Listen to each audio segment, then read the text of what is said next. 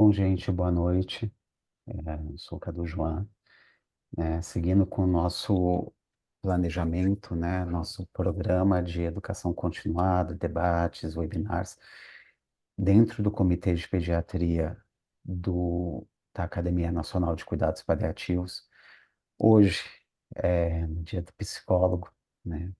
Um profissional que é tão importante e muitas vezes deixado uma visão de lado, não valorizado da forma como se faz necessário, a gente colocou como tema a psicologia e seus desafios no cenário atual dos cuidados paliativos pediátricos.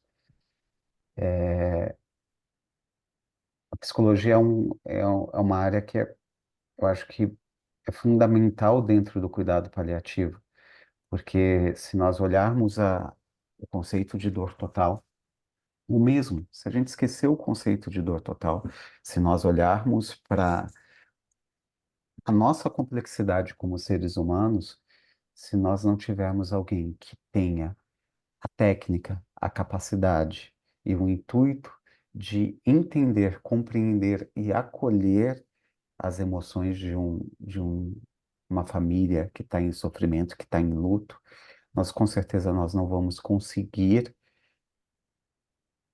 fazer um cuidado pleno. E por isso eu agradeço a todos os psicólogos, ao Nick em especial que está aqui com a gente hoje, que além de ser um profissional fantástico, eu posso dizer que é um grande amigo, e é uma honra ter amigos assim,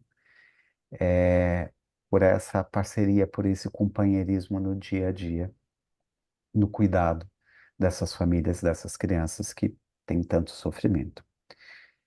Então, eu convido o Nick a passar o pequeno, grande currículo dele, porque é, ele merece cada título que ele tem pelo trabalho que ele faz. Ele é psicólogo, mestre e doutor em psicologia pela USP Ribeirão Preto, especialista em psicologia hospitalar pelo Conselho Federal de Psicologia. Atualmente é psicólogo do setor de oncologia e hematologia pediátrica do Hospital das Clínicas da Faculdade de Medicina de Ribeirão Preto, da USP. É vice-presidente conosco, né, Nick, na nossa jornada na Academia Estadual de Cuidados Paliativos, membro do nosso comitê de pediatria da Academia Nacional de Cuidados Paliativos, atua como colaborador do Grupo de Estudos de Cuidados Paliativos Pediátricos da Sociedade Brasileira de Oncologia Pediátrica e do Comitê de Pediatria da Sociedade Brasileira de Psico-Oncologia. Pessoal, eu recomendo que vocês explorem ao máximo o conhecimento dele porque ele tem muito a passar, tem um conhecimento teórico e principalmente prático enorme. Então aproveitem a palestra. Nick, a palavra é tua, vou te colocar como confitrião.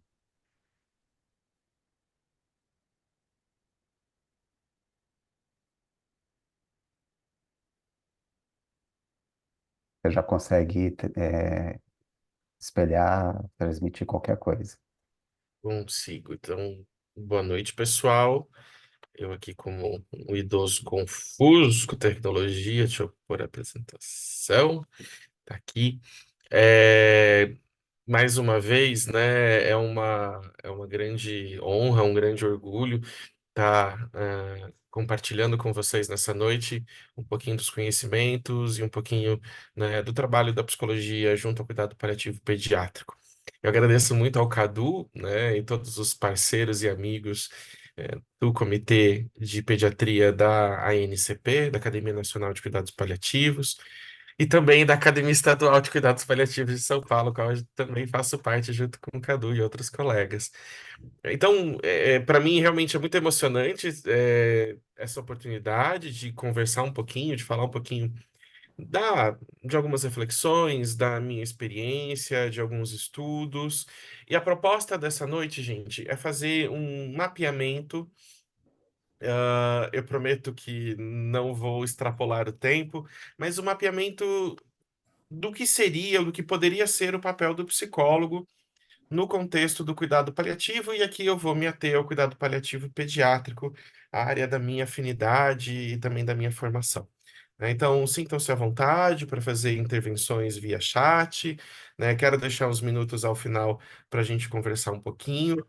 Então, a ideia é nós fazermos uma jornada tentando entender não tal qual um manual, né? O que eu faço, né? Mas tentando explicar o que é a psicologia dentro do cuidado paliativo e como nós temos, nesse momento histórico, lidado com essa jornada. Então, mais uma vez, eu quero ser aqui o guia, não o detentor das paisagens, e que a gente possa explorar o que aparece na nossa frente, né? Podendo refletir também sobre isso. Então, a ideia é trazer um pouco da nossa fundamentação para que vocês, quem seja, né, quem é psicólogo, possa refletir como isso está impregnado na sua realidade, e para os colegas de outras formações, né, poderem também entender as nossas bases e a partir do que nós estamos, levando em consideração para a nossa atuação.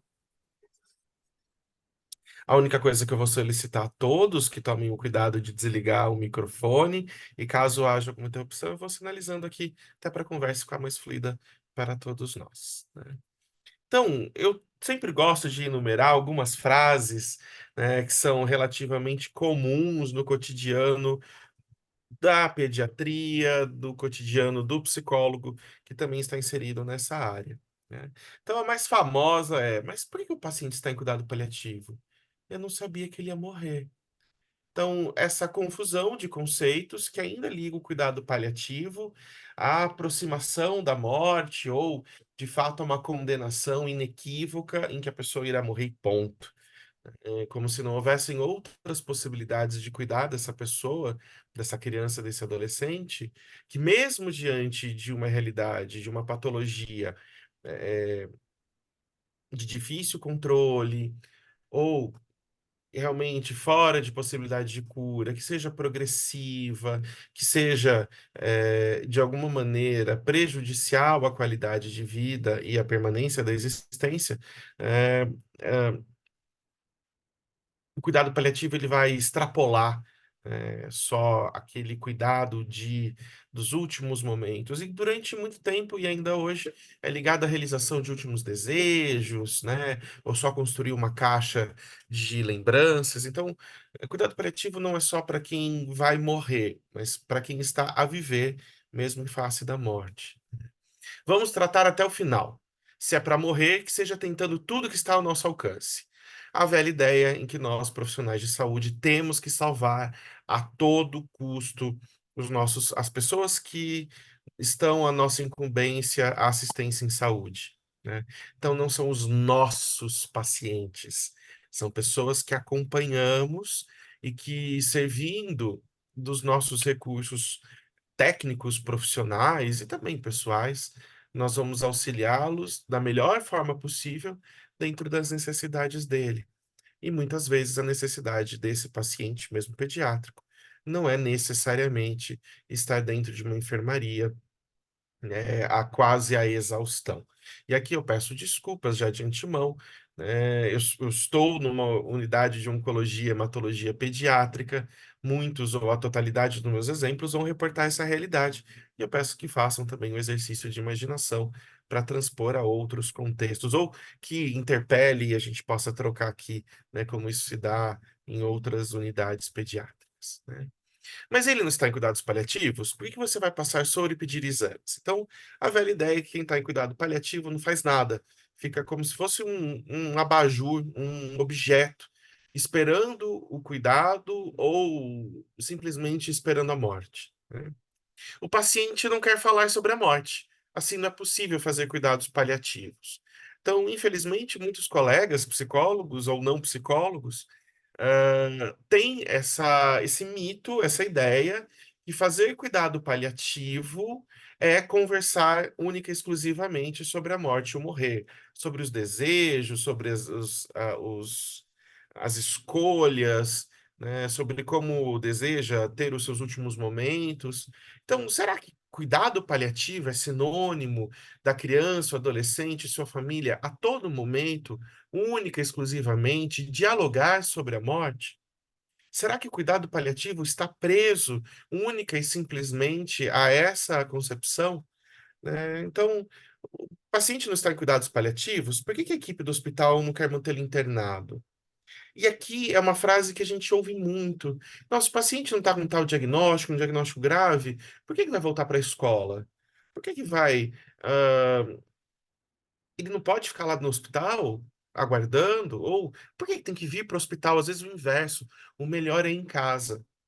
Então, nós fazemos generalizações, e associações que são rasas e tolas, à medida que a gente não conhece a profundidade os cuidados paliativos ou desconhece a realidade das pessoas que estamos acompanhando. E aqui eu sempre vou fazer questão de trazer para o centro da nossa discussão a criança e o adolescente, que muitas vezes nós sabemos o que o pai quer, o que a mãe quer, o que a avó quer, o que o pastor ou o padre quer, o que o leiteiro quer, o que o influencer do TikTok quer. A gente só esqueceu de perguntar para a criança e adolescente.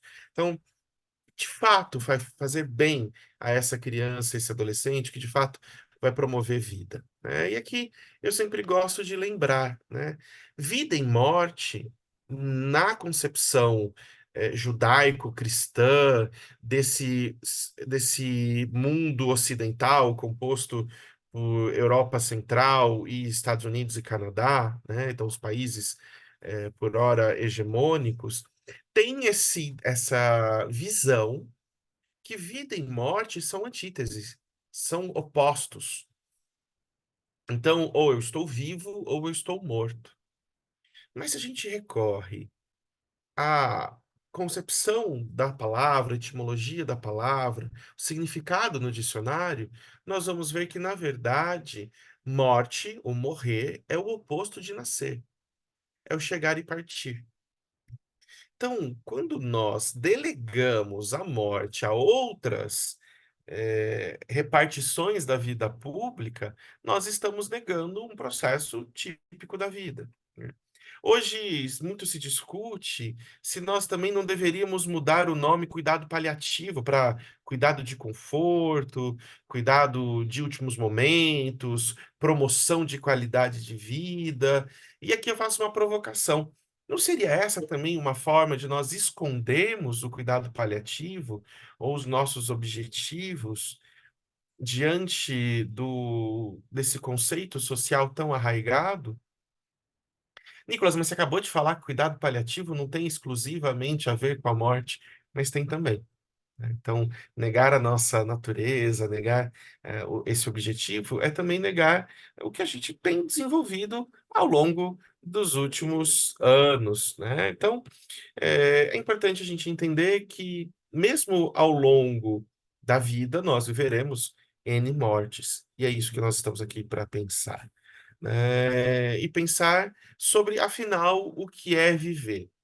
Eu gosto muito desse cartoon, que tem ali, né, Deus e a morte como se também fossem concepções opostas, mas a nossa cultura brasileira hoje em dia é jogando um game no monitor diante de uma pessoa que está ali em grande sofrimento.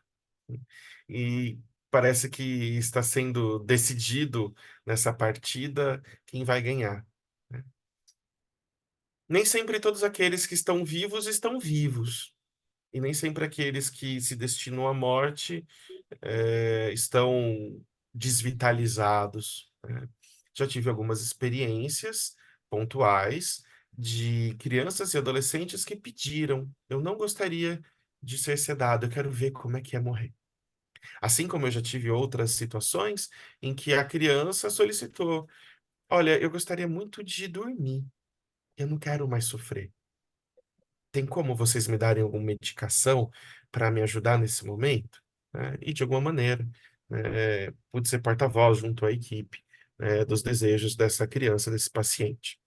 Então, quando nós estamos falando, das pessoas que nós acompanhamos, nós precisamos entender, segundo os valores delas, o que exatamente elas esperam ter como vida, que horizonte é esse, que experiência é essa, o que que elas esperam usufruir nesses momentos. E aqui eu faço questão de capturar de novo, né, o conceito paliativo, e eu vou retomar lá no final. Então, lembrando que Pallium é proteção. Pallium é aquele manto que protegia os viajantes, os peregrinos, contra os perigos. Então, quando nós estamos confortando, diminuindo episódios de dor e sofrimento, quando nós respeitamos, quando nós instrumentalizamos a pessoa, nós estamos ajudando ela em sua trajetória de vida. Nós estamos ajudando ela a viver de uma maneira protegida e segura os momentos de transição e de peregrinação devido a uma situação clínica grave. Então, é importante a gente guardar isso, né? Assim como é importante a gente retomar que cuidado paliativo é um cuidado holístico. Nós vamos englobar todas ah, as dimensões da vida. E aqui, como o Caduzinho falou, né? Então, se a gente pensa no conceito de dor total, tem a dimensão biológica, a dimensão psicológica, a dimensão social, a dimensão espiritual, mas talvez a gente precise dar o próximo passo, né? Essas dimensões, elas não são planas, elas não são unidirecionais, elas estão interligadas, né? Então, é muito comum a gente ouvir, às vezes, a expressão internação social. Ah, essa criança aqui tem internação social porque a família não tem condições de recebê-la.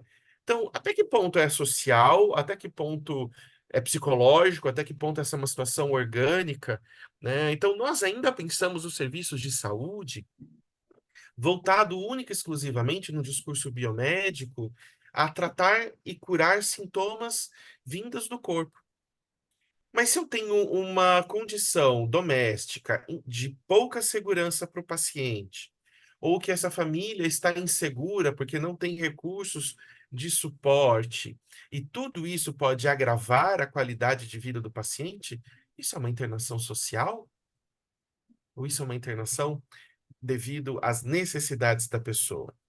E quando nós estamos falando de cuidado paliativo pediátrico, e eu sempre digo que a pediatria tem muito a ensinar às outras clínicas, né, é a interlocução e a intersecção de paciente, família, equipe, instituição e sociedade. Então, a família precisa estar presente, precisa participar na sua dupla cidadania, né, horas como cuidadores e horas como alvo do cuidado. E aqui, né, por que que a gente está falando de psicologia hoje? É a psicologia melhor que tal ou outra profissão? Não, porque hoje é dia do psicólogo, e porque na trajetória desse barco rumo a um caminho desconhecido, nós temos variáveis que são sociais e que são econômicas, que são políticas, que são culturais, mas que são da ordem da cognição e do afeto, são da ordem da repercussão íntima, né? E aqui é algo que eu sempre digo. Muitas vezes a gente ouve, nossa, mas isso é tão subjetivo, como que a gente pode medir? Isso é muito subjetivo. Só o psicólogo, através de um atendimento clínico, com um divã, 50 minutos, né, num ar-condicionado, um tapete persa pornográfico, vai poder entender a pessoa. E essa ideia a gente precisa abolir. Então, a psicologia está para servir através da sua capacidade, da sua possibilidade de sistematizar variáveis que são afetivas, sociais, cognitivas ou de interação, eu outro, eu mundo. Então, através da organização dessas variáveis, da mensuração dessas variáveis, instrumentalizar quem não é psicólogo a entender essas dimensões e poder intervir junto a essas dimensões, e para quem é da psicologia, fazer também ações de cuidado que não vão fazer alusão à psicanálise, à psicologia comportamental, à fenomenologia, como é muito comum na nossa profissão, infelizmente, né? Eu brinco, as igrejas e seus dogmas. Mas é pensar o fenômeno da criança e do adolescente em cuidado paliativo como algo único e que merece e precisa se ancorar em práticas e reflexões teóricas e técnicas que tenham a ver mais exclusivamente com a necessidade de oferecer qualidade de vida, diminuir sofrimento, poder controlar dor e outros sintomas nocivos diante da ameaça de vida. Então, né, quando a gente fala em pediatria, todas essas patologias, né, e é um rol, né, bem complexo e grande, que vai poder receber, né? Então, muito se liga à oncologia pediátrica, aos cuidados paliativos pediátricos. Isso é um erro grotesco, né? Então, pacientes com questões neurológicas, This fibrose meeting. cística, doenças renais, anomalias congênitas, má formação, então, né, enfim, trissomias, doenças genéticas, todo esse rol de enfermidades já são pressupostos do cuidado paliativo. E aqui, de novo, falando de promoção e qualidade de vida, mesmo em face da impossibilidade de cura, ou mesmo da dificuldade do controle de sintomas, né? Aqui eu trouxe alguns dados, né, vindos dos levantamentos mais recentes da ANCP, publicados em 2022, ou mesmo das políticas públicas em cuidados paliativos, né, editadas recentemente, né? Então, segundo esses dados, até 2022, esse número vai ganhar alguma correção aí. Nós tínhamos 234 serviços de cuidados paliativos. Desses 234 serviços espalhados pelo Brasil, somente 4 eram chefiados ou coordenados por psicólogos, né? Então, se o cuidado paliativo ele é multidisciplinar, interdisciplinar, é um cuidado ativo, que pensa em todas as variáveis, por que esse número tão diminuto de coordenadores de serviços dessa característica, né? Pensando que pelo menos 625 mil pessoas precisam do cuidado paliativo nesse momento no país, né? Então, nós temos aqui alguns números que nos mostram a relevância da área, mas mostram que a inserção do psicólogo ainda está um pouco errática, né, ou circunscrita única e exclusivamente à assistência, né? Então, eu acho que é importante relembrar, né, desde as primeiras portarias, datando ali, né, do final dos anos 90, sobre controle de dor, a ideia de ter uma equipe multidisciplinar sempre existiu no Brasil, né, as portarias do Ministério da Saúde, né, os documentos internacionais, das sociedades internacionais, todas as pesquisas nos mostram isso, né? Então, aí, em 2018, nós temos a Resolução 41, que define as diretrizes dos cuidados paliativos no SUS, e, de novo, aqui a equipe aparecendo e pensando na pluralidade de situações e contextos que o cuidado paliativo representa, né? Mas em 2024, nós estamos falando da portaria número 3.681, que institui a política pública de cuidados paliativos no Brasil. E nós precisamos ficar atentos a alguns pontos, né? Primeiro, essa política propõe uma revisão dos pilares fundamentais de como a gente pensa o cuidado, de como a gente pensa o que é cuidar nessa perspectiva, trazendo para dentro de si como um dos pilares a bioética. E aqui falando não só da bioética principialista, como todos nós nos apegamos quase como dogma, às vezes sem entender muito bem o que isso significa, mas também a bioética clínica, né? Então, instrumentos que nós podemos utilizar, né, para construir decisões, construir projetos terapêuticos, decisões terapêuticas, né, que vão respeitar não só, né, as questões de veracidade, duplo efeito, proporcionalidade terapêutica, mas quais são os valores que ligam o paciente à sua vida, né? Como ele se reconhece, quais são os caminhos possíveis que as equipes podem deliberar sobre isso, né? Respeitando a autonomia da pessoa e pensando na descentralização. Então, o cuidado paliativo, ele deixa de ser uma propriedade do hospital, e passa a estar na rede de saúde, e não só na rede de saúde, mas pensando também, né, em intersetorialidade, né, nos diálogos com a educação, com a assistência social e por aí vai. A reafirmação das diretivas antecipadas de vontade, aqui a gente vai ter um probleminha em pediatria, mas isso é uma conversa para outra hora, né, e a formação das comunidades compassivas, reconhecendo então os dispositivos sociais para a prática do cuidado. e onde a psicologia entra nisso, né? A psicologia é reconhecido, o profissional da psicologia é reconhecido como peça básica nas equipes, sejam equipes de matriciamento, matriciamento pediátrico ou de assistência. De novo, não estou dizendo aqui que determinada profissão é melhor ou pior, mais ou menos importante. Não é essa a minha panfletagem. Mas aqui nós estamos pensando que é reconhecido a importância da visão da psicologia para avaliar e intervir junto à realidade do cuidado paliativo e do cuidado paliativo pediátrico. E a outra provocação, será que hoje, no Brasil, nós temos formação para psicólogos atuarem nesses contextos?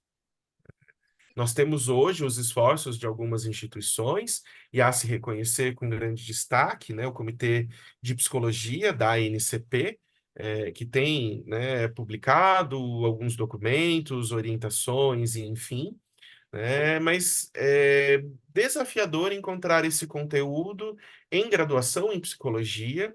Quando está presente em pós-graduação, são pós-graduações pensadas a priori para a equipe médica e que depois, de alguma maneira, vai incorporando outros profissionais, né? Mas não existe sobremaneira. Isso aqui eu vou falar da realidade do Estado de São Paulo, no levantamento recente que duas orientandas, né, aqui do programa de especialização em psicologia hospitalar pediátrica, fizeram sobre a minha orientação.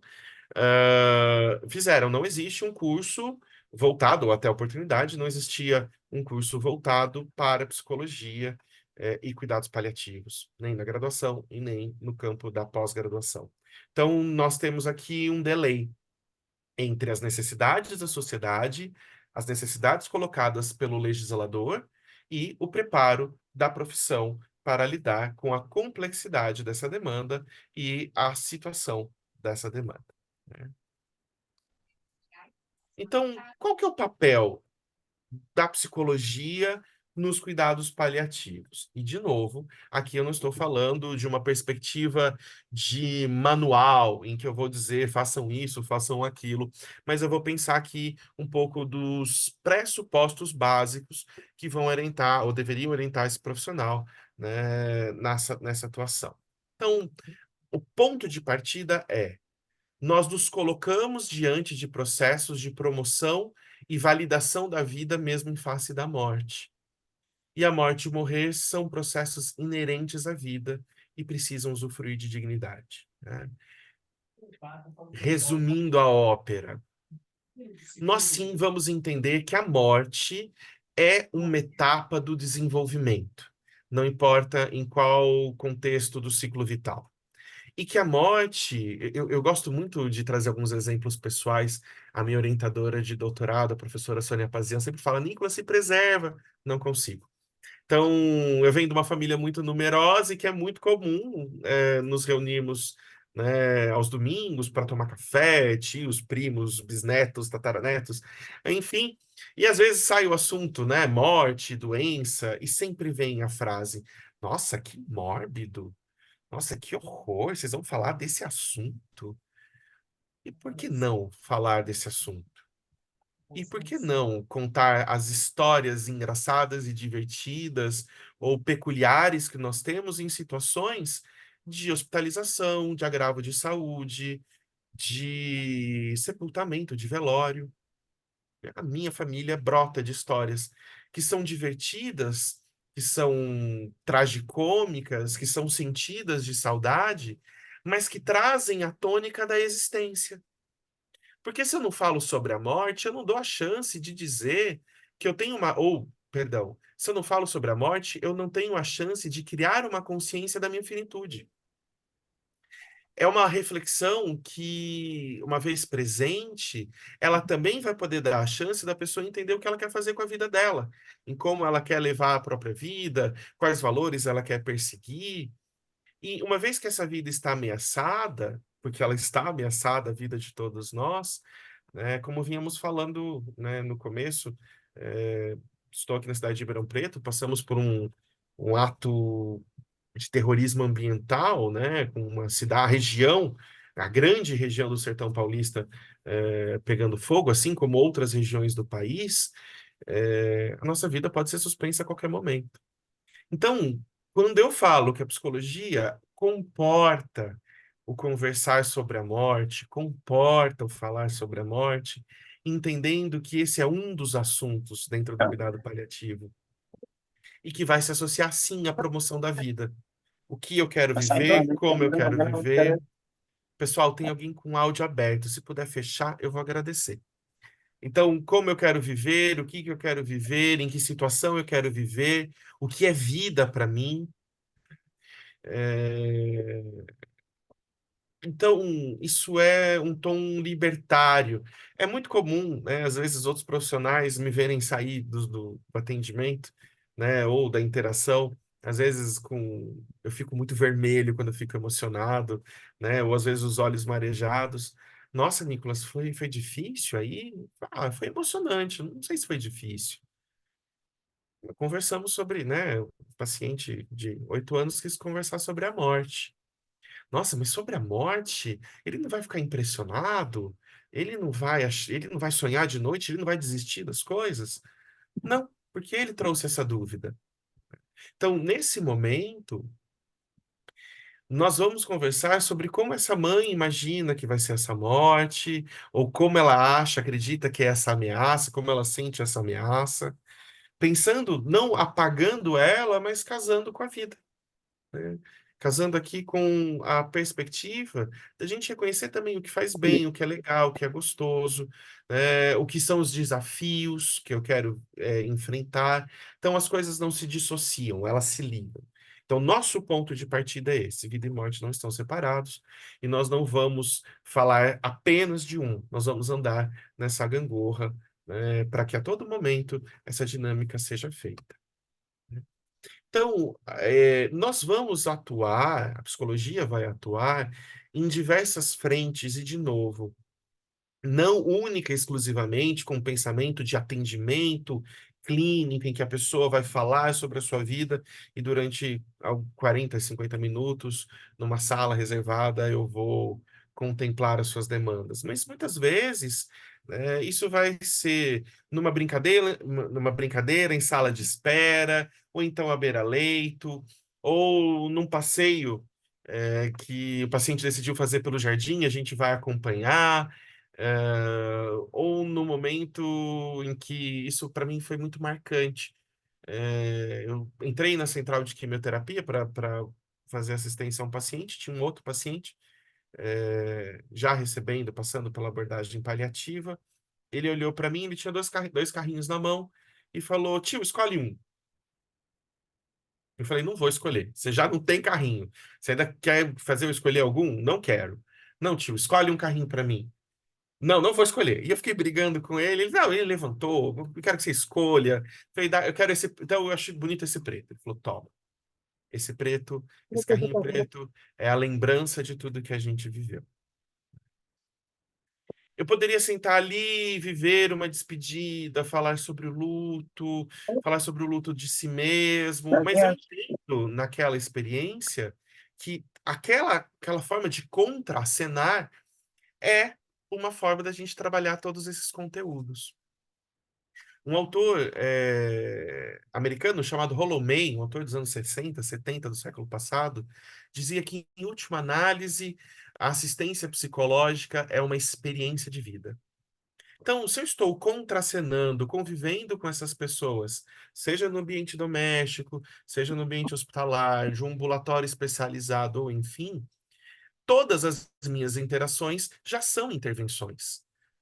E naquele momento, quando eu aceito esse presente, né, esse pequeno gesto, nós fazemos ali uma parceria, em que o pai pode olhar e falar assim: vocês dois não tem jeito, nossa, um vai, o outro vai também, né? Era difícil para o pai alcançar o que eu fazia, mas ele alcançou o que eu fazia. Eu estava interessado no filho dele, em como ele estava vivendo aquele momento, e que aquilo era um gesto, um certo combinado entre nós, feito com outras palavras.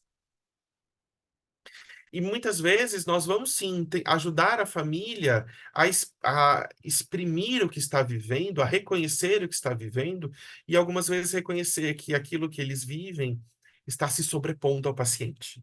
E aí isso é perigoso. Isso a gente tem que tomar cuidado, porque vai tirar a liberdade dele, né? Então, muitas vezes as famílias, não dando conta da própria dor, extravasam a dor de um jeito mais que machuca mais. Nicolas, então você está dizendo que a família não pode exprimir os seus sentimentos, não pode falar dos seus desejos? Não, não, não é isso, mas que haja pontes de comunicação, que aqui é uma outra palavra-chave na psicologia, né, de comunicação, que a família explique o que está sentindo, explique suas preocupações, consiga decodificar para a criança os comportamentos, as dinâmicas familiares, as expressões faciais, e que ela perceba que aquilo não é culpa dela, mas que ela também integra esse processo. E muitas vezes o nosso alvo, e aqui de cuidado, a gente tem que tomar um pouquinho também de ter essa delicadeza. Se eu sou um psicólogo contratado pela instituição, um psicólogo de matriciamento, aí eu vou fazer um cuidado à equipe. Mas se eu sou um psicólogo da equipe, como eu vou cuidar de algo que eu faço parte? Então eu vou ser, às vezes me perguntam, então você é o psicólogo desse grupo profissional? Não, eu sou o psicólogo que faz parte desse grupo profissional. E muitas vezes o nosso trabalho é disparar ou provocar discussões, denunciar no sentido de, ó, gente, esse paciente está tocando muito a gente, né? O que que nós vamos fazer com isso, né? E muitas vezes, e esse eu acho que é um dos papéis nobres da psicologia junto a uma equipe multidisciplinar, é fazer a interdisciplinaridade.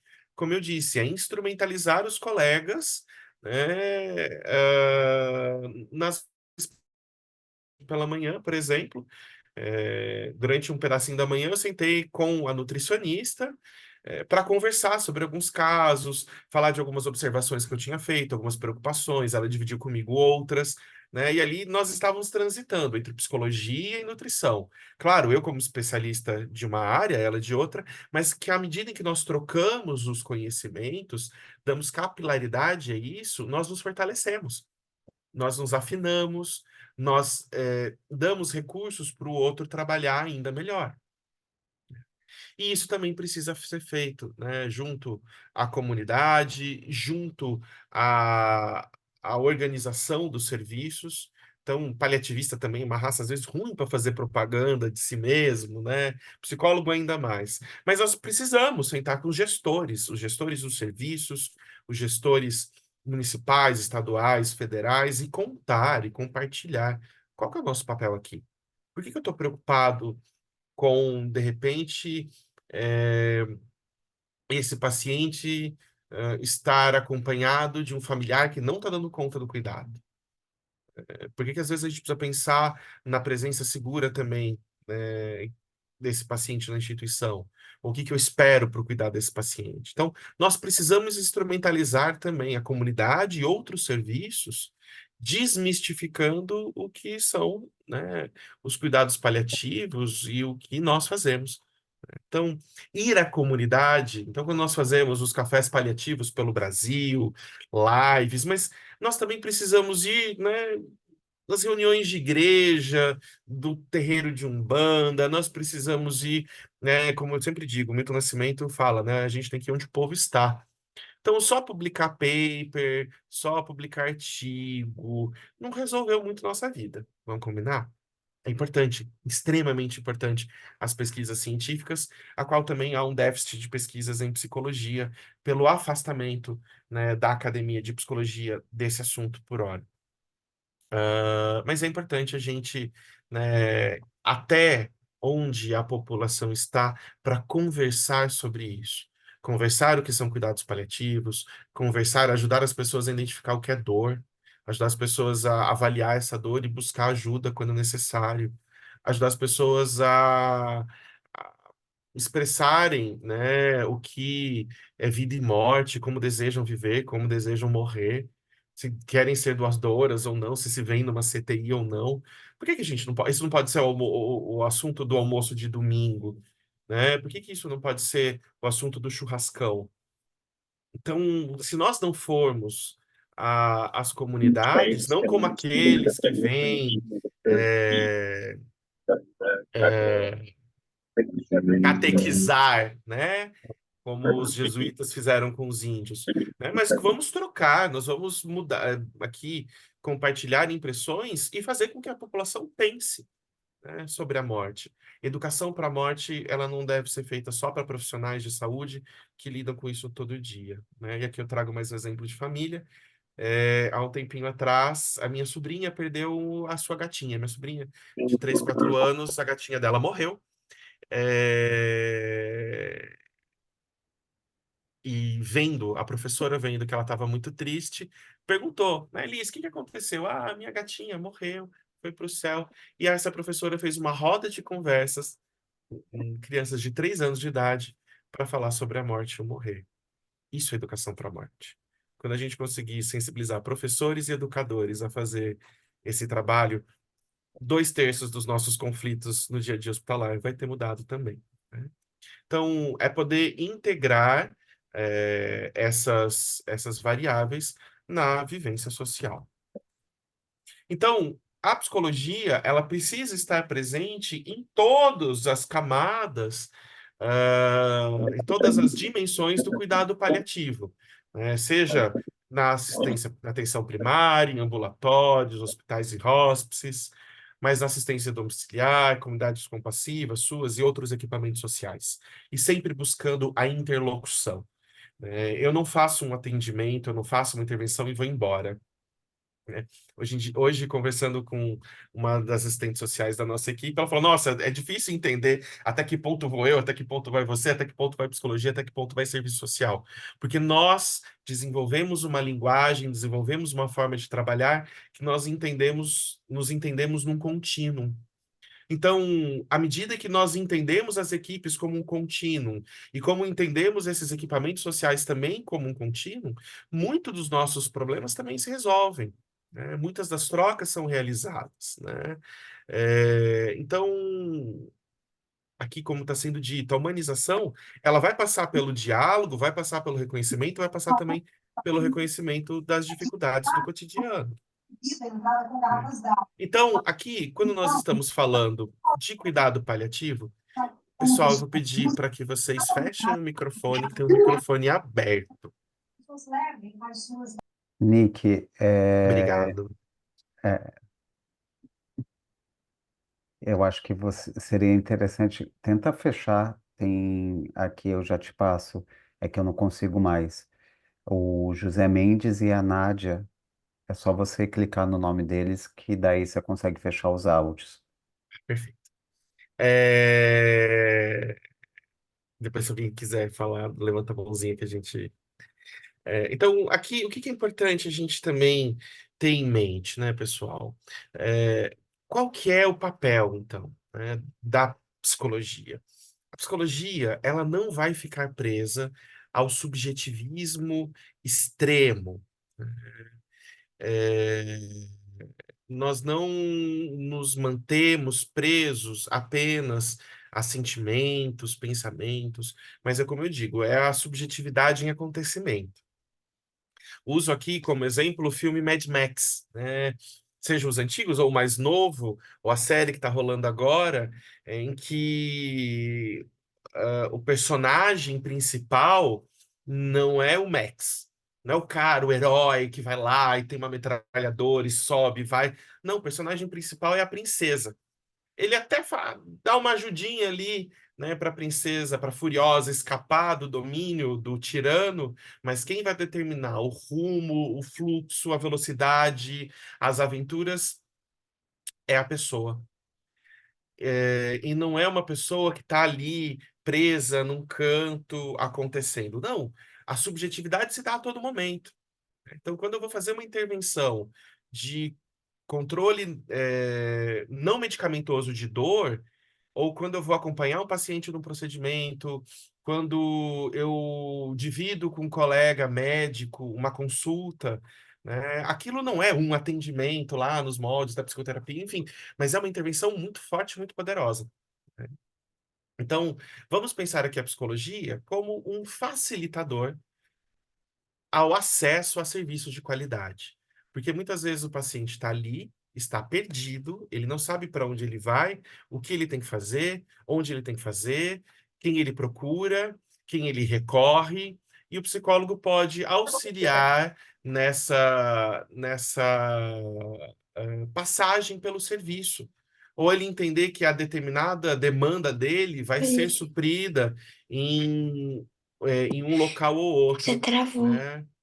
Então, eu acho que é importante também a gente pensar a psicologia não como aquele que só faz atendimentos individuais, mas que no dia a dia vai poder, né, orientar, vai Não, poder mostrar, peraí, não vai, terminou, não adianta. vai Peraí, poder. 4x, 4 vezes 1, 4, mais 1, mais 1. 4 vezes 2, 8, mais 1, 9.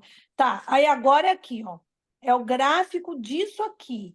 Então, ó, quando ele tinha ele estava onde? Pessoal, 2, 3, 4, 5. tem alguém aí com o microfone aberto, vou pedir para fechar. Obrigado. Pero é esse.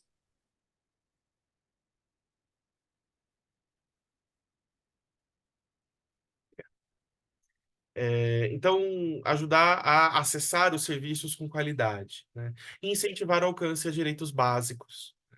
Então, mas Nicolas, você não vai falar dos sentimentos, você não vai falar da morte? Sim, mas será que essas pessoas estão sendo assistidas de maneira justa, né? Será que essas pessoas estão sendo atendidas da maneira que precisam? E atendidas no sentido de, será que ela tem acesso à saúde, educação, moradia de qualidade? E algumas vezes eh, as famílias ou mesmo as crianças, adolescentes vão compartilhar isso com a gente. Nossa, Nicolas, eu tô aqui com, né, o médico pensou em mandar a gente de alta, mas eu tô preocupado porque eu não tenho um berço para pôr meu filho. Não, mas me conta melhor como que é a sua casa. Ah, então, nunca contei para ninguém porque eu tenho vergonha, mas a gente dorme no chão e eu não tenho onde pôr essa criança, e a criança está em cuidados paliativos. Então, não é só a realização de um desejo, mas usufruir dignidade, né? E reconhecer sempre e promover a autonomia do paciente, a autonomia da criança, a autonomia do adolescente, a autonomia da família, e que essa autonomia esteja circunscrita e levada nas decisões, né, diárias da equipe, mas que a família e o paciente também entendam, né, o que precisam considerar para fazer escolhas, para tomar decisões. Então, as nossas intervenções, algumas vezes, ajudar as pessoas a entenderem, olha, se você fizer isso, vai acontecer aquilo, né? E se acontecer aquilo, o que que você espera? É, de resultado, ou como você espera conviver com esse resultado, né? Então, é importante a gente fazer esse trabalho, né? Então, respeitar os valores da família, levantar que valores são esses, que valores são da criança e do adolescente, o que se choca com a família, o que se preserva, fazendo pontes de diálogo entre o grupo cuidado e também entre alvo do cuidado e cuidador, né? Auxiliando, né, através de autonomia, valores, o processo de tomada de decisões. Até que ponto essa tomada de decisão é técnica, é dos profissionais, até que ponto precisa contemplar, né, a interface com a família e com a criança, como ajudar a família a entender esses aspectos, né, que algumas decisões são técnicas e precisam ser, né? Não é um self-service, ou até que ponto ajudar a equipe a entender que nós precisamos pensar antes de falar, né? Mas é a última chance, precisamos fazer tudo, ou manda para casa, a melhor coisa para morrer é vir em casa. A gente precisa entender o que a família faz. Então, é papel que a família valoriza, o que a criança valoriza. Então, é papel do psicólogo fazer essa interlocução, né? Fazer essas pontes, né? Ajudar a criança e o adolescente a reconhecer o que ele está vivendo, né? Do ponto de vista, muitas vezes, concreto, né? Então, nós tivemos uma situação aqui no serviço em que uma adolescente, uma pré-adolescente, solicitou: olha, antes de eu entrar, da minha família entrar para ver o resultado do exame, deixa eu entrar. Eu quero ver o resultado do meu exame, porque eu quero fazer as minhas perguntas, eu quero ver as imagens e depois minha família vai ter o tempo dela. Aí vocês fazem o que vocês quiserem, né? E aí foi muito interessante, porque o que nós vamos falar para essa criança, né, para esse pré-adolescente, né, que linguagem nós vamos adotar, vamos reconhecer e validar a sua necessidade de saber sobre si.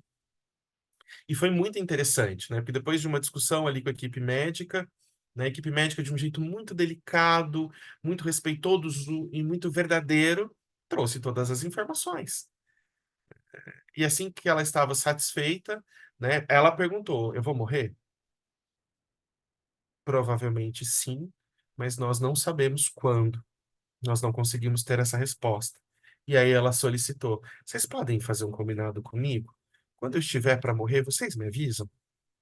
Então, isso mostra o quanto a nossa linguagem foi clara, o quanto a abordagem trouxe aquilo que essa garota de 12, 13 anos precisava, e como ela se sentia à vontade e segura para se instrumentalizar junto à equipe para entender os próprios processos de vida. Ajudar as pessoas a reconhecer e elaborar os impactos do adoecimento, trabalhar o sentido de vida e como elas exercitam seus papéis de vida. Né? Que papéis eu quero representar? Como que eu quero viver essa minha existência e como eu quero interagir? Né? E auxiliar na alternância entre ganhos e perdas. Então, recentemente eu me deparei com uma situação que eu gosto muito, que o paciente e a família desejam o melhor vindo da equipe, mas se preparando para o pior. Então, muitas vezes, né, de novo, essa gangorra, né, vai ser permanente e que ganhos e perdas vão se alternando no cotidiano desse paciente. Pode ter uma maior preservação, né, um curso mais suave, em que as pioras são mais delicadas, né, ou situações abruptas, e ajudar, então, que o paciente pediátrico e sua família consigam reconhecer e lidar com essa situação. E aqui, como foi dito, sim, né, o vínculo é ponto fundamental. Por isso que eu tenho uma grande dificuldade do modelo de interconsulta em que o profissional vai, avalia e vai embora.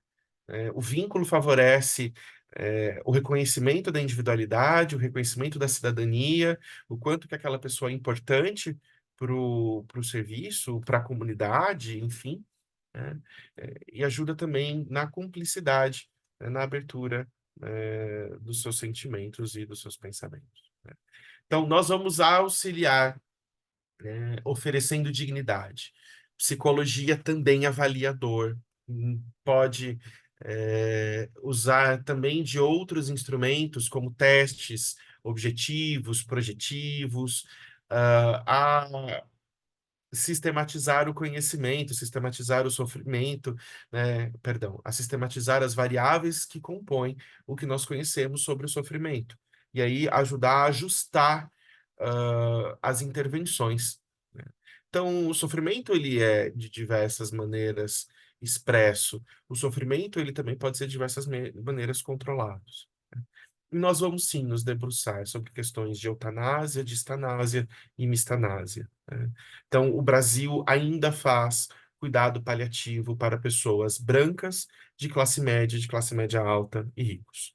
Nós ainda não pensamos na multiplicidade e na variabilidade de formações das famílias, de influências culturais, de questões raciais, de gênero, de orientação, de poder aquisitivo.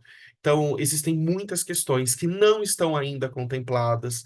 Nós fazemos ainda um cuidado paliativo descendente dos fazendeiros do século XIX, e eu acho que a psicologia tem uma grande contribuição nesse sentido, né? Pensando também na finitude e nos fenômenos socioculturais relativos à morte. Nós vamos participar, sim, né? Podemos participar do processo ativo de morte, né, junto com outros membros, mas fazendo o acolhimento, e como eu sempre brinco com os meus alunos, usando a maior tecnologia que o ser humano já inventou, que são as cadeiras. Você pega uma cadeira, senta do lado da pessoa e pode estar ali com ela, de igual para igual, em silêncio, sem dizer nada, mas de novo, contracenando e convivendo com ela. Entendendo que morte e morrer é um processo ativo da vida e que o luto estará presente desde a investigação diagnóstica e que ultrapassará, a morte do ente querido, da criança e do adolescente. E que luto não é, não deve, não deveria, não pode estar a cargo só e simplesmente só de voluntários, estagiários e aprendizes. Os serviços ainda não entenderam que luto faz parte do cuidado paliativo e que deve ser atendido por pessoas que já tenham, né, os princípios, né, que já consigam lidar com esse complexo fenômeno e que, de novo, não necessariamente está presente dentro da formação do psicólogo. Ora, pois, eu sou um psicólogo que não tive uma aula de luto na minha formação de graduação, a não ser assuntos e temas, né, que eu tenha visto no estágio ou que eu tenha visto de forma extracurricular, né? Então, precisamos pensar na formação dos nossos profissionais. E aqui, segundo o documento da NCP, falando de quais seriam as habilidades do psicólogo no cuidado paliativo. Então, ele precisa compreender os objetivos do cuidado paliativo, identificar as repercussões afetivas do processo de adoecimento e da paliação, avaliar quais dimensões do sofrimento estão presentes, quais estão mais dilatadas, realizar avaliação psicológica através de observação, entrevista e, quando necessário, instrumentos padronizados e reconhecidos pelo Conselho Federal de Psicologia, né? Avaliar riscos psicológicos, né, para o desenvolvimento de psicopatologia, sofrimento, suicídio, né? Avaliar fatores de risco e proteção, a adesão do processo de cuidado, né? Então, nós não vamos convencer o paciente, mas nós vamos entender em que dinâmica ele vive, para falar, olha, isso daqui complica um pouco mais, né? Ele conviver com esse tratamento, ou essa abordagem, isso aqui facilita um pouco mais, para que a gente tenha melhor domínio, melhor repertório para fazer uma intervenção mais ajustada. Expressão e elaboração diante, né, do adoecimento, manejo de sintomas refratários do ponto de vista psicossocial, validar a religiosidade e espiritualidade. Aqui nós não estamos falando das aberrações, né, da psicologia cristã e outras modas reprovadas pelo Conselho de Psicologia, então isso aqui é uma falta ética, mas atuar com respeito e com sincretismo, com respeito à alteridade, mas nós podemos falar sobre as religiões, falar sobre as expressões espirituais, entender com o paciente o que ele imagina, quais são os seus sentidos de vida, o que ele imagina para a morte ou pós-morte, e assim como nós lidamos com mitos e histórias, poder ajudar o paciente a expressar sobre isso e, à medida da complexidade do fenômeno, também integrar o colega capelão nesse tipo de assistência, né? Nós fazemos psicoeducação, né? Nós identificamos e intervimos em crise, em situações de incêndio, como eu disse, elementos de ligação, manejo do luto, construção de significados diante da alteração da vida, identificar estratégias de adaptação que sejam positivas ou que estejam trazendo sofrimento, né?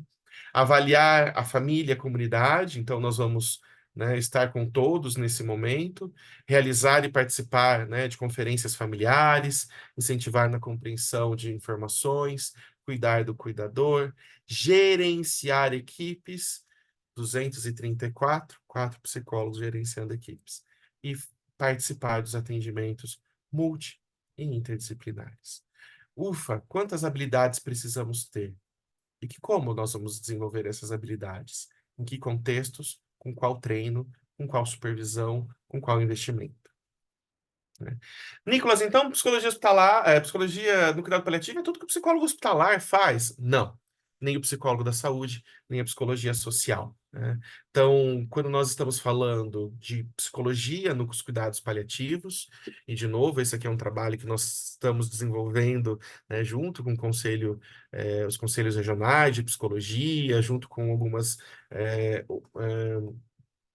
entidades representativas, e aqui também com um grande papel do Comitê de Psicologia, da NCP, né, entendendo que essas variáveis extrapolam o que os outros profissionais fazem. Então, um psicólogo do cuidado paliativo, ele pode atuar no hospital, mas nem sempre um psicólogo hospitalar dá conta da complexidade dos cuidados paliativos. E aqui eu generalizo para os profissionais da área da saúde ou da área social, né? Então, aqui eu trago 3 pontos e eu vou ser muito telegráfico para a gente também conseguir ter um tempinho para discussão. O psicólogo, primeiro, ele precisa estar ciente nos cuidados paliativos dos fenômenos de luto.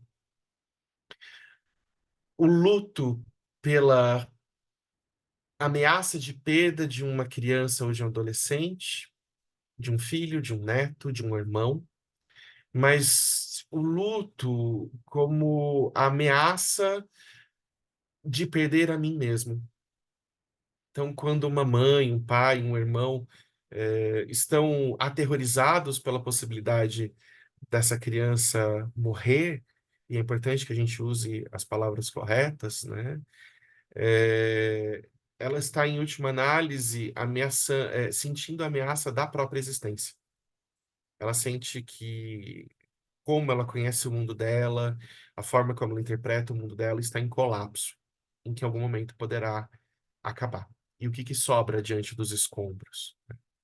Então, quando uma criança e um adolescente são acompanhados no cuidado paliativo, é um processo de pôr do sol.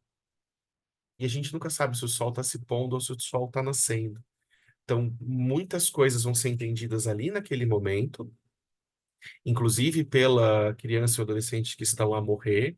Eles também desenvolvem um luto antecipatório, porque estão perdendo situações desde o começo do tratamento, típicas do desenvolvimento, e outras vezes, né, estão sentindo a perda da família, perda dos amigos, perda, irão morrer, né? Irão morrer, e o que que vem depois?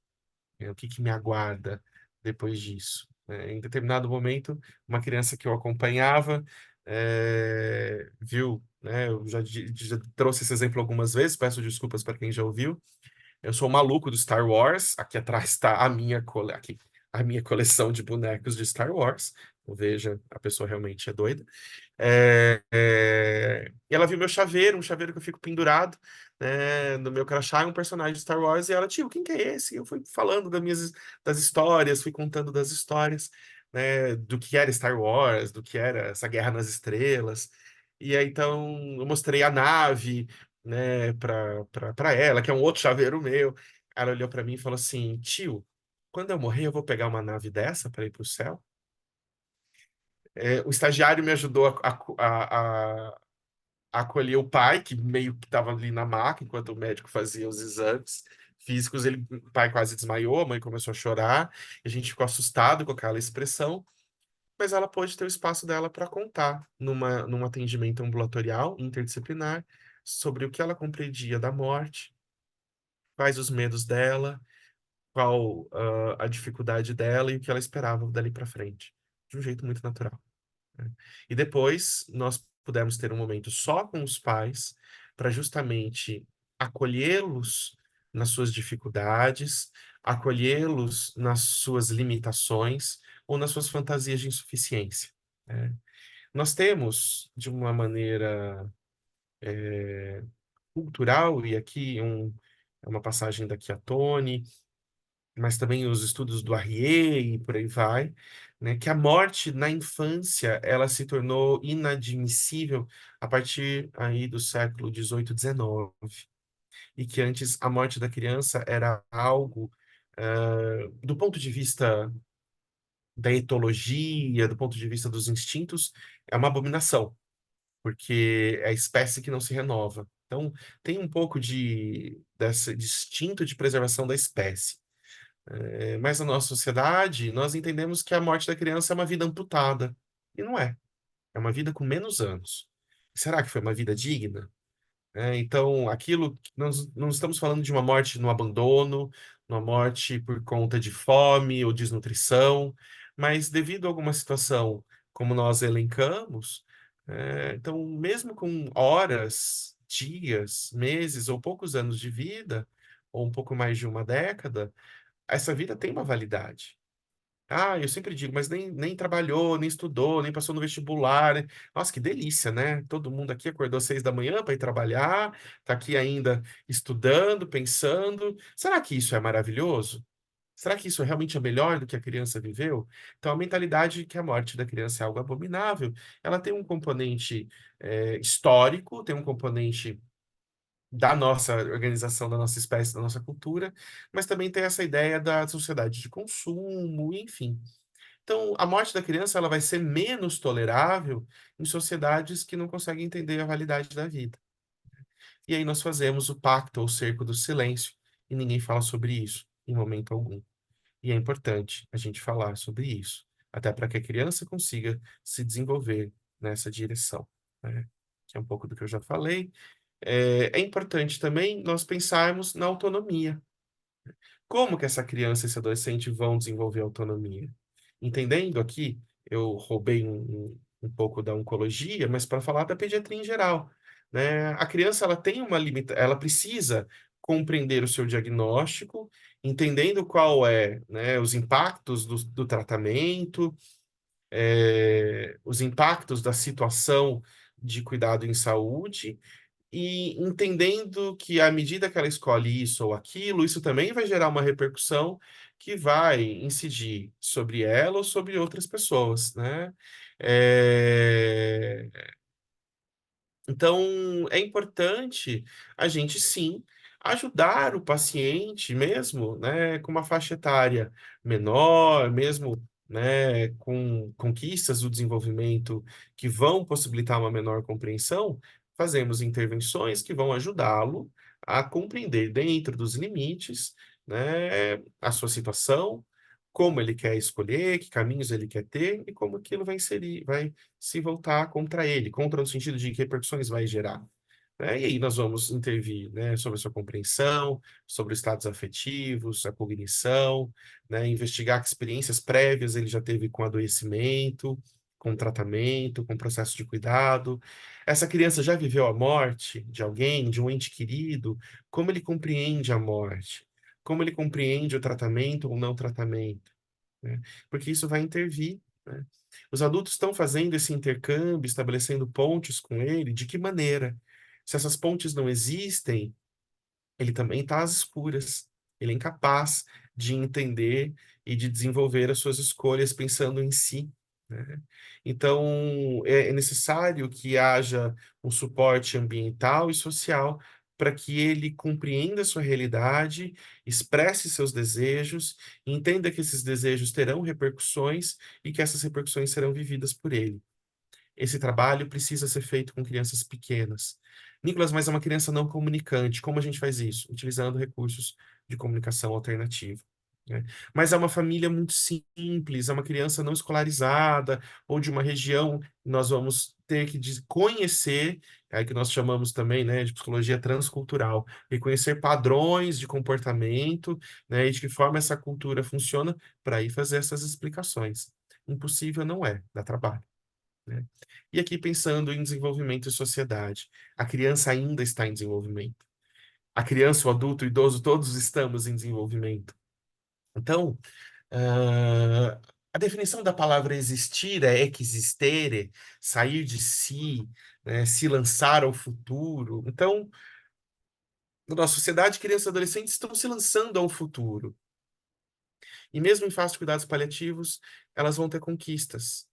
E essas conquistas precisam fazer sentido a elas. É uma realidade em que ela deseja se escolarizar, por que não conviver com a escola? É uma realidade em que ela tem ganhos secundários e está barbarizando com os irmãos. Nós vamos fazer orientações, né, a esses pais com relação a práticas educativas. Mas eu dou tudo, eu dou até um copo d'água na mão do meu filho, porque vai que aconteça alguma coisa amanhã e vai que eu me sinta culpado. E eu ajudo os pais a refletirem. Será que esse copo d'água dado na mão é um carinho ou é uma forma de controle? É um controle no sentido de quero oferecer o melhor ou no ponto de vista do desespero, né? Então, nós precisamos pensar que o ciclo vital faz parte, os processos interacionais fazem parte do processo de desenvolvimento do ciclo vital e que nós precisamos oferecer elementos, para essas famílias e esses pacientes a continuar o seu desenvolvimento, oferecendo estímulos típicos quando possível, adaptados quando necessário, ou diferentes quando realmente tem indicação. E, de novo, não esquecer que as pessoas não estão pairando sobre o além. Elas têm uma função cultural, elas têm uma realidade cultural que difere, e a gente precisa começar a falar a língua, né, de novo, das racialidades, dos papéis de gênero, das realidades culturais, dos diferentes estratos da cultura e do poder aquisitivo, entendendo que não tem um padrão, mas que temos diversidade, né? E aí, por fim, né, quais desafios nós temos aqui, sistematizando o que eu já disse? A formação de profissional, né, que realmente entenda o campo, o reconhecimento da psicologia paliativista como uma especialidade, é uma identidade própria, a contratação de profissionais especializados para compor equipes e remuneração condizente com a quantidade de formação. A remuneração do psicólogo em cuidados paliativos não é condizente, nem em instituições públicas, tampouco em particulares, com a complexidade dos fenômenos que nós fazemos, e eu posso dizer isso com maior tranquilidade, né? E o psicólogo precisa, sim, se inserir não só na assistência, mas na formulação e na aplicação de serviços e políticas públicas. Senão essas variáveis sempre estarão de fora, né, precisando aí do favor do chapéu alheio para serem contempladas nos planos de ação. E por fim, eu deixo essa provocação, né? Quais caminhos desejamos assumir para o desenvolvimento da psicologia nos cuidados paliativos brasileiros? É um pouquinho sobre isso que eu vim falar. Aqui estão os meus contatos, se alguém quiser depois trocar uma ideia, né, bater um papo, mas é isso. Nós temos alguns minutos e eu vou abrir a discussão, se alguém tem alguma pergunta, alguma consideração.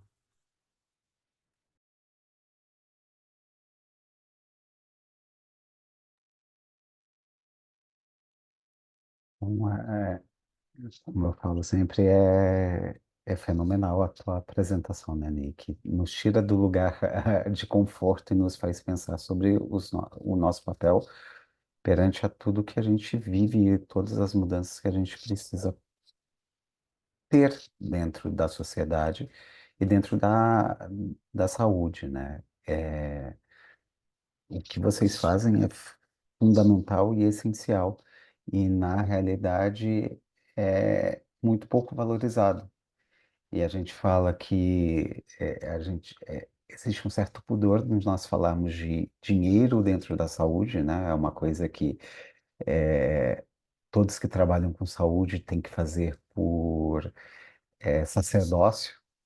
Só que o sacerdócio não paga as contas quando chegam e nem os custos que são necessários para que nós possamos chegar aonde a gente quer chegar e prestar realmente um trabalho digno. E o questionamento que você coloca da formação né, do paliativo dentro da psicologia é algo que a gente estende, né? Não só dentro da psicologia, mas dentro de todas as áreas multis, né? Que são muito desvalorizadas e, além do que, cursos muito caros. Se já são caros para médicos, para a equipe multi é mais difícil ainda. Poucas vagas e caros. Então, você torna muito mais difícil esse acesso. Pessoal, por favor, gostaria de escutar, assim, comunique vocês.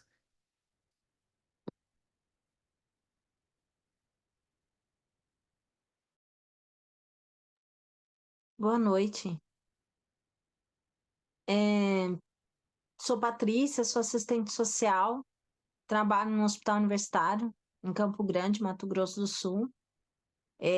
Assim, eu comecei a estudar sobre cuidados paliativos, em especial a linha pediátrica, por ter atuado numa enfermaria pediátrica no hospital.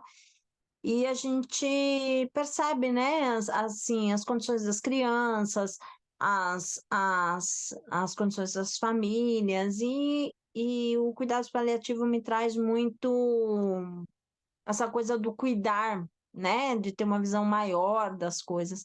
Então, assim, foi gratificante, Nicolas, escutar a sua palestra, porque parece que traz um pensar, um conforto, trouxe muitas coisas boas no sentido de pensar sobre a nossa atuação enquanto profissional. Como você falou, acho que o serviço social é muito próximo da psicologia, temos cada uma nossas habilidades, as nossas áreas de intervenções, mas é muito próximo, assim, né, esse processo.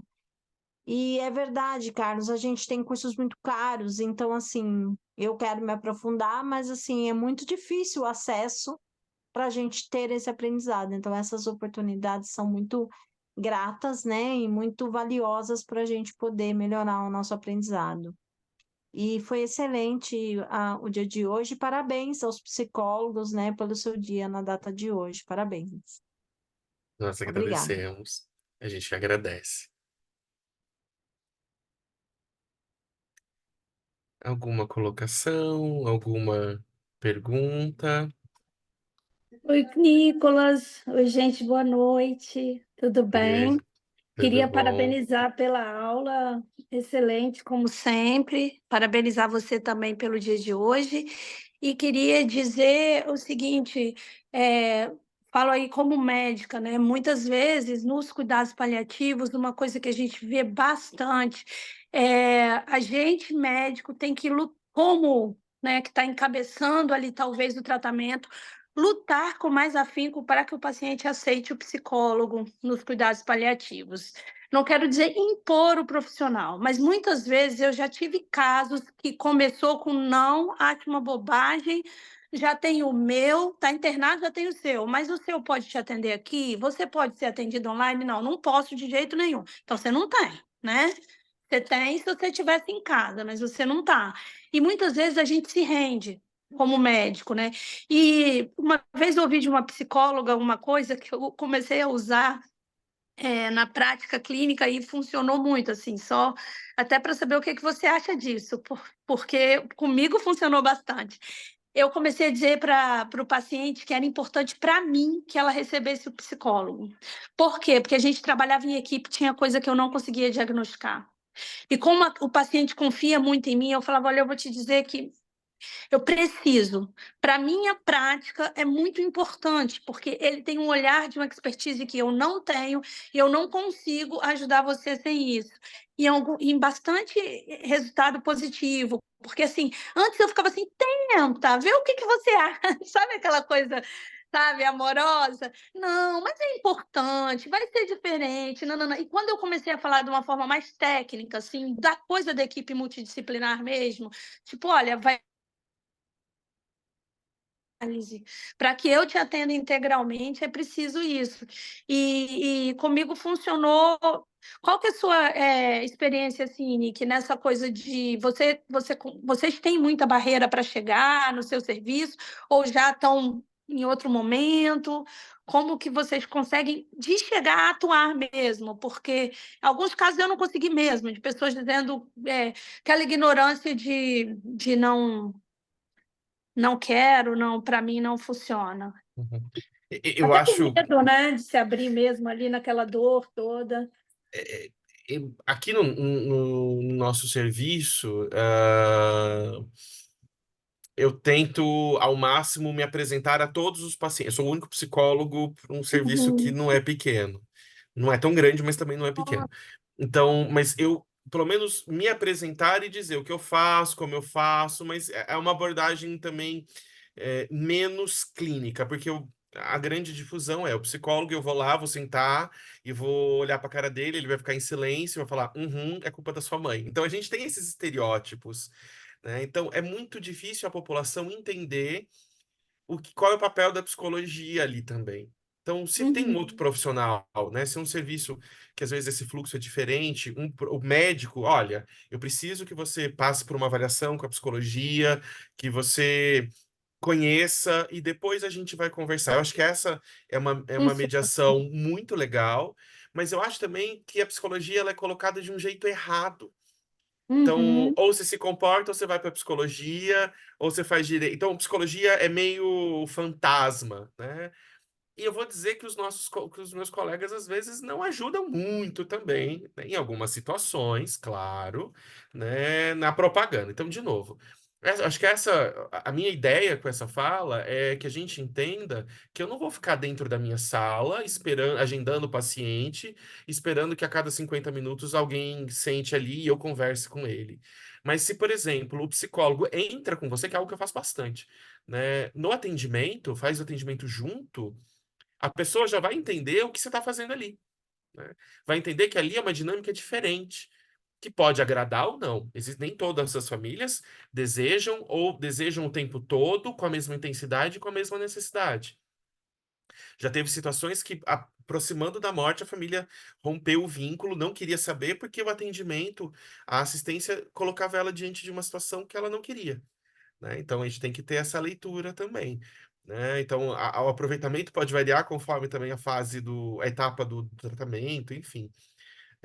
Mas eu acho que isso que você colocou é importante, né? Que outros profissionais façam essa introdução, mas que o psicólogo também possa se introduzir de uma outra maneira, que não seja só estar ali esperando na minha salinha, né? Então, essa maneira que muitos colegas trabalham, na verdade, mais ativa, mais interativa, né? Que está muito mais sintonizada aos serviços, e aqui, de qualquer especialidade, né? E é importante que o psicólogo tenha também uma certa proximidade com aquela especialidade que ele atende.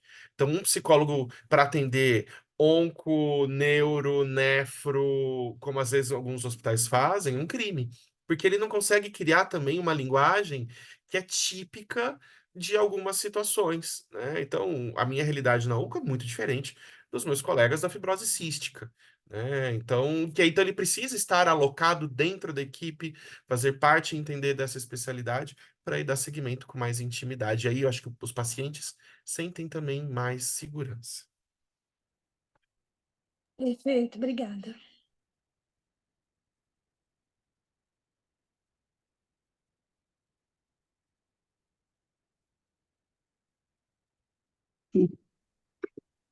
Ô, Nicolas, eu queria primeiramente agradecer esse momento tão rico, pleno de trocas, de significação, e agradecer por estar te ouvindo hoje no nosso dia, né? E saber que você é uma pessoa assim que traz sempre, em todas as aulas que eu assisti, uma ampliação, né, de nossa capacidade de pensar o nosso lugar enquanto psicólogo, né, numa dimensão como você trouxe lá, né, não só no contexto hospitalar, domiciliar, da clínica, mas nesse contexto de sociedade, né? Então, assim, essa interligação, principalmente na área de paliativo, de psico-oncologia, né, que é do lugar que a gente mais fala e que estamos trabalhando, mas que a gente tem que ver, né, este lugar no mundo, né, não só lugar naquele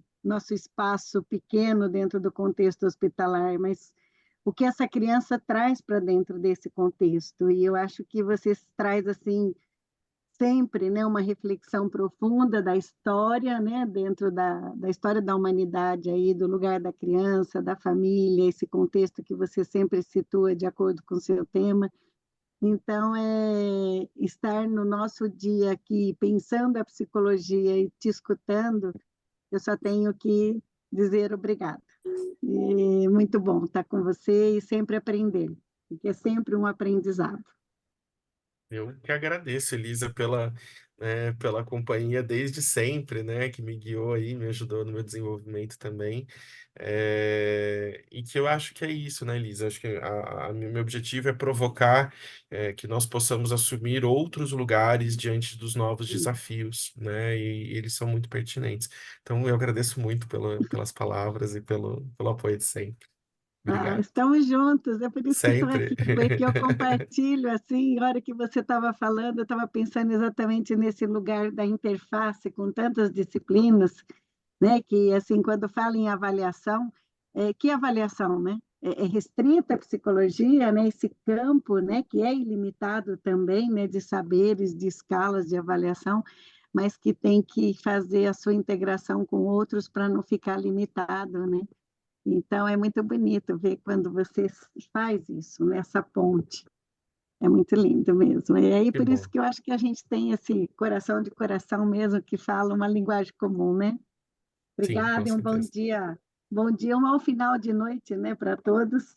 E continuamos na nossa missão de cuidar, né, acolher, escutar e poder dizer o que realmente faz bem, né? Palavras boas que possam trazer crescimento e significação à vida, né?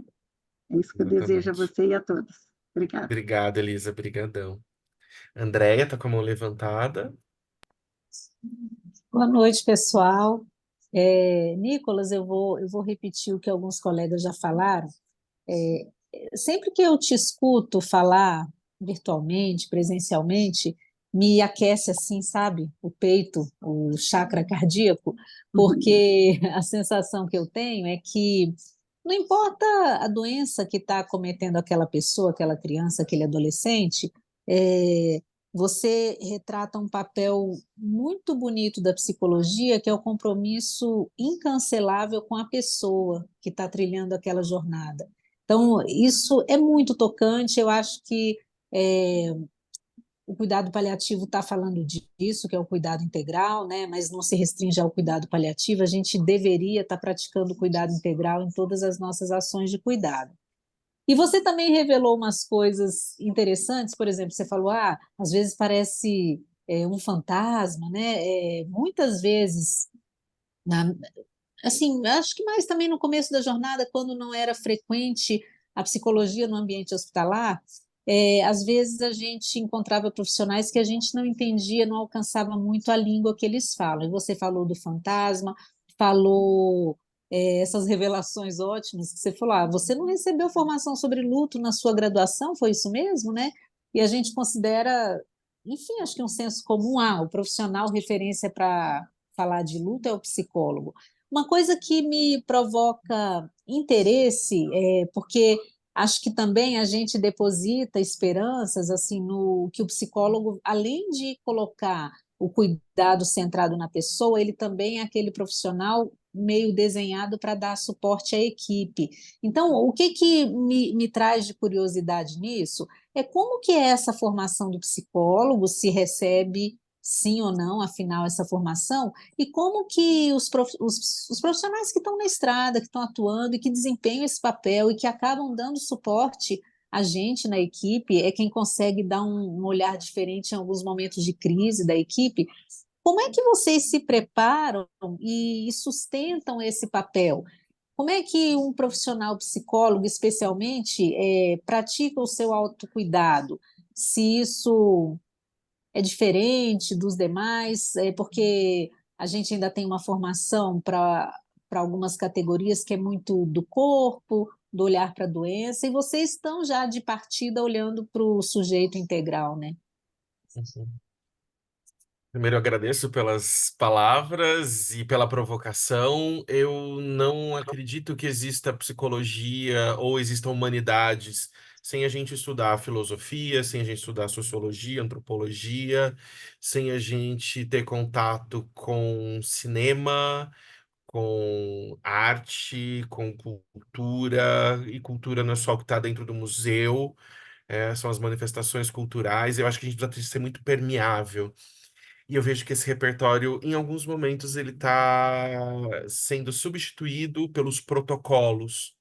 Então, hoje é muito mais válido eu colocar o paciente num protocolo e seguir determinados passos do que entender de onde ele vem, como se estabelece um repertório de comportamento, de compreensão dele e quais intervenções eu posso fazer em prol daquela pessoa, daquela realidade, né?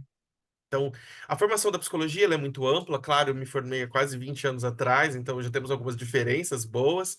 Hoje as disciplinas de luto e morte estão um pouco mais frequentes, não muito.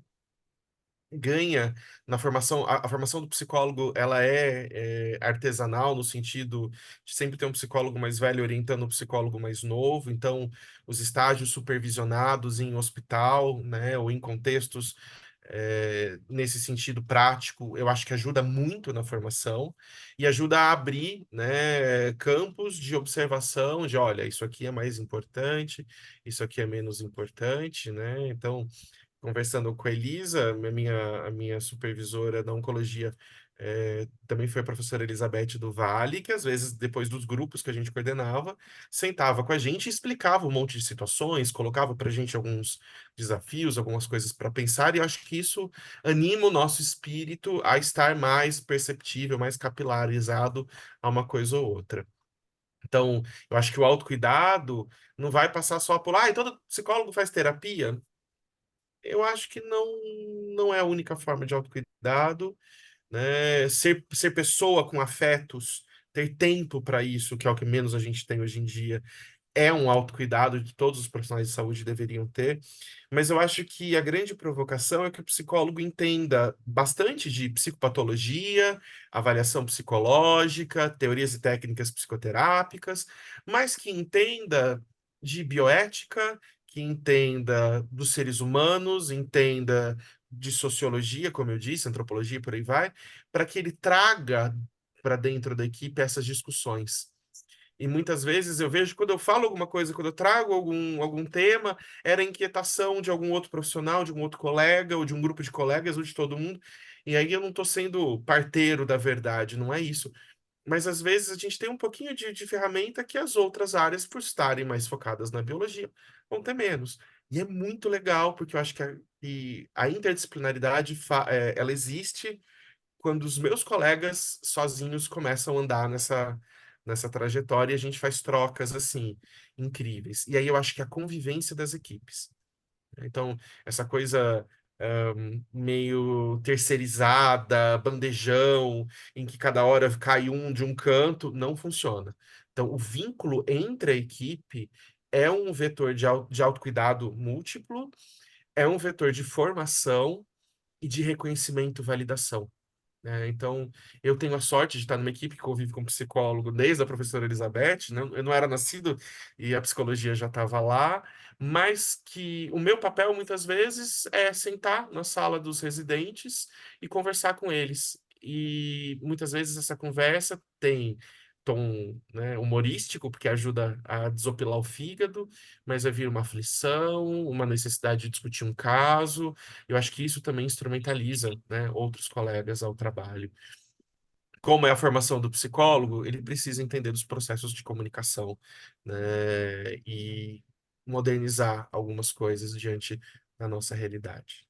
Eu acho que esse é o grande desafio do psicólogo em geral e no cuidado paliativo, ainda mais para a gente não repetir os vícios, né, da lógica biomédica que está de volta e nós tentamos batalhar amplamente contra isso. Eu acho que é isso, Cadu. Bom, pessoal, alguém mais quer fazer algum comentário, uma pergunta? Juliana? Olá, boa noite. Eu sou Juliana, sou nutricionista, atuo aqui no IMIP, em Recife, e nós estamos, inclusive, iniciando a nossa discussão sobre termos um grupo, né, para estar atuando na pediatria. E primeiro eu gostaria de parabenizar a Nicolas, né? Foi muito enriquecedora a sua aula. Eu, assim como acho que algumas pessoas sinalizaram aqui, eu também estou aprendendo, eu estou estudando, né, para que realmente eu possa contribuir mais e mais com a equipe, com o time. Eu atuo no setor de oncologia pediátrica e eu queria saber, na verdade, se, como alguns colegas entraram, mas não conseguiram assistir a aula desde o início, se vocês vão disponibilizar a aula, algum link, para que quem não conseguiu possa assistir. Juliana, as aulas são gravadas, a gente faz a gravação, mas a gente faz a disponibilização para a diretoria da Academia Nacional de Cuidados Paliativos. Teoricamente, isso vai ficar disponível aos sócios. Algumas têm sido colocadas foram colocadas no canal do YouTube. Eu não sei te dar essa informação exatamente neste momento, tá? Mas eu tento descobrir isso daí, e aí eu peço para, de repente, a Nacional colocar algum post a respeito disso, tá? Ou a gente tenta, como a gente está na estadual, eu e o Nicolas, a gente coloca alguma coisa de aviso na estadual, no Instagram da estadual, tá? Eu te peço Perfeito. desculpas de não te dar uma certeza nesse momento, Não, mas é sem que problemas. passa um pouquinho acima, a gente passa para o pessoal que faz esse cuidado, mas eu prometo que até o final da semana a gente consegue dar um parecer. Tá joia, obrigada. Bom, Parabéns, gente. Nicolas, mais uma vez. Obrigado. Bom, gente, 9h15, perdão, olha, estou uma hora atrasado. Queria agradecer por demais todo mundo e que foi um sucesso, como eu sabia que seria. Aí é um amigo que não fala só como amigo, mas fala como admirador de um trabalho que você faz com uma capacidade, com um amor e com um acolhimento que é muito grande. Como você falou, o cuidado paliativo, ele tem que, ele tem que se unir, ele tem que ser literalmente interdisciplinar, né?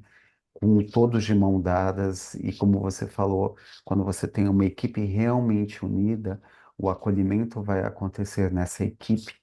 E quando esse acolhimento acontece dentro da equipe, ele transborda também para o paciente, ele vai de uma forma mais natural para esse paciente, esse cuidado, esse acolhimento, essa empatia, essa comunicação. É, Como a Andrea falou, né, o cuidado centrado no paciente é isso. É a gente transmitir isso, ele perceber, não só quando um profissional da equipe chega, mas igual em todos os profissionais, cada um observando um ponto e unindo isso, trabalhando em conjunto. Se esse conjunto não está harmônico, é como uma sinfonia que não está bem organizada. E eu tenho certeza que você faz isso por já ter visto e por te conhecer de uma forma plena. E essa transmissão desse conhecimento, e se transmitir esse conhecimento e mostrar que é possível, né? Eu acho que isso é um ponto fundamental, só faz crescer, só faz multiplicar isso. A gente está no momento em que a política pública está acontecendo. É fundamental a presença, um dos pontos que eu achei muito legal da política é colocar uma carga horária maior para psicólogos do que para médicos. Eu acho isso fundamental. Vocês têm um contato muito mais próximo e eu acho que vocês, muitas das vezes, são a cola que faz essa união entre toda a equipe. Então, obrigado por tudo que você falou, por todo esse conhecimento, por nos tirar do nosso local comum, por mostrar o quanto também ao psicólogo cabe pontos que muitas vezes não se fala, como a bioética, como a filosofia, e que é fundamental, porque se a gente não tem isso, a gente não vai conseguir cuidar de uma forma intensa. E também outros pontos que muitas vezes a gente não coloca dentro da área da saúde. A arte, cinema, a alegria, a risada, que é fundamental no cuidar. Pessoal, de novo, muito obrigado para a gente do comitê. Assim, é emocionante ver vocês aqui, é cativante e é um estímulo para a gente não parar do nosso projeto, de mensalmente estarmos aqui falando sobre temas, colocando uma discussão e fazendo o cuidado que eu acho que todo mundo que está aqui ama fazer, que é o cuidado paliativo, que é o cuidar da pessoa. Obrigado, bom finalzinho de noite. Uma excelente semana para todo mundo. E novamente, obrigado. E mês que vem a gente se encontra de novo. Obrigado, pessoal. Até mais.